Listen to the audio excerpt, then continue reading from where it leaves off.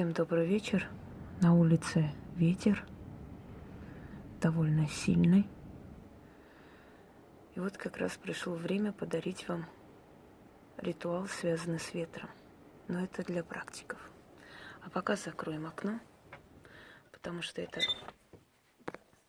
обучающий ритуал, скорее. Что следует делать, когда ветреная погода? А в России ветреные погоды чередуют друг друга, особенно зимой.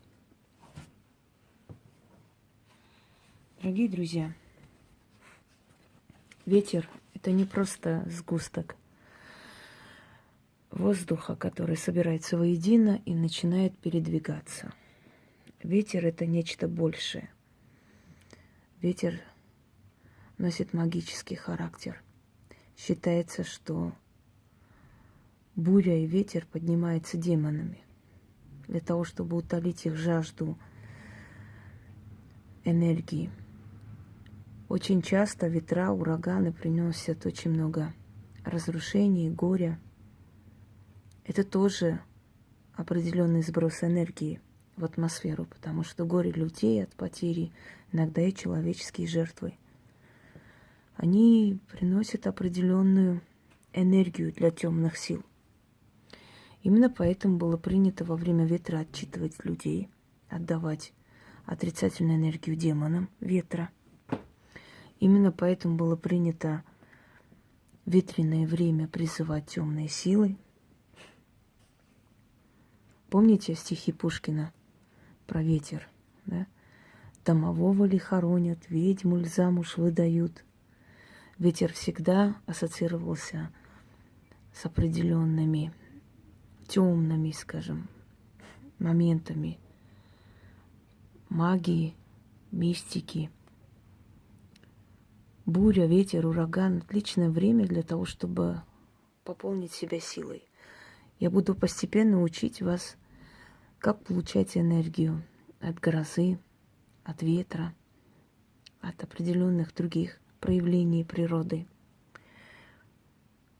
которые могут вам помочь во многом. Есть такой ритуал – наказать обидчика во время грозы.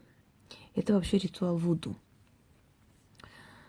Но поскольку слова не всегда передаются, но есть действия, а мы знаем, что ведьмы, которым дано, которые одарены этим, им приходят эти знания из ниоткуда, они работают. И вот есть мой вариант отдавания, то есть мщения врагам во время грозы. Очень сильно действует. Один раз, последний раз, который я это делала, просто нужно ловить момент. У человека случился сердечный приступ. Еле откачали. Потому что гроза, которая режет напополам небо, может разрезать и сердце. Потому что инсульт, инфаркт,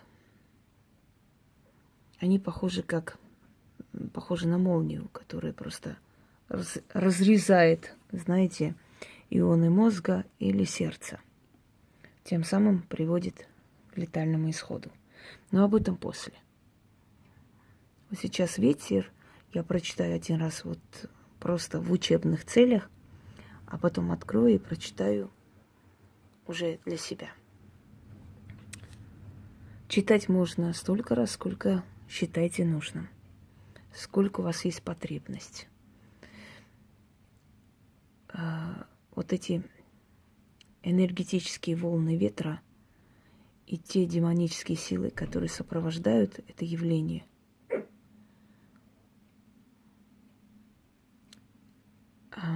это у нас тут рядом живущие ублюдки, которые не могут дверь закрыть по-человечески, вечно так бьют, что просто стена отваливается. Итак, вот эта энергетическая сила ветра и сила демонов, которые находятся в этом вихре, они усилят вас. Усиливайте себя почаще различными работами, ритуалами. Усиливайте, дорогие друзья. Наша цель не только помочь людям, надо и о себе думать, и себя помнить. Не забывайте о себе, потому что вы должны время от времени себя заряжать этой энергией, чтобы ваше ремесло было удачным.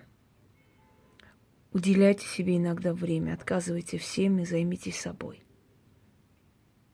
Итак, начнем. Увыхарь, кружись и вой, и духов зови ко мне, и дорогу ко мне открой. Через силу свою на крыльях могучих, из гор и озер, из лесов дремучих.